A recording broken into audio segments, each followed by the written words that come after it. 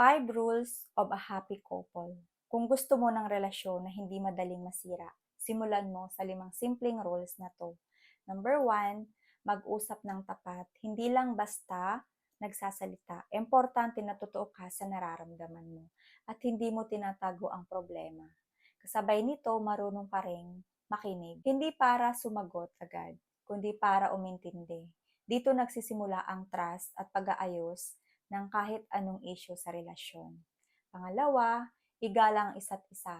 Kahit magkaiba kayo ng ugali, paniniwala, o gusto sa buhay, kailangang may respeto pa rin. Ibig sabihin, hindi mo pinipilit baguhin ang partner mo at marunong kang rumespeto sa boundaries niya, oras, space, at personal choices.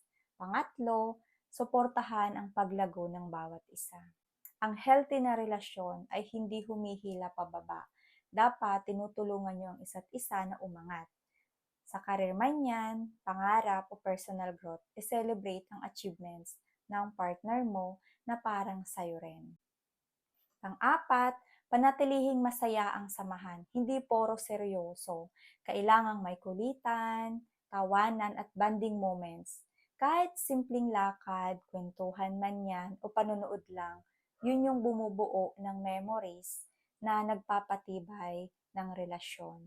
At pang-5, huwag baliwalain ang isa't isa. Sa tagal ng relasyon, minsan nasasanay na tayo at nakakalimutan ng ipakita ang effort. Pero tandaan ang maliliit na bagay na yan, like good morning messages, good morning text, good night text. Pag-check kung okay lang siya o simpleng lambing, malaki ang epekto. Dito nararamdaman na mahalaga ka pa rin.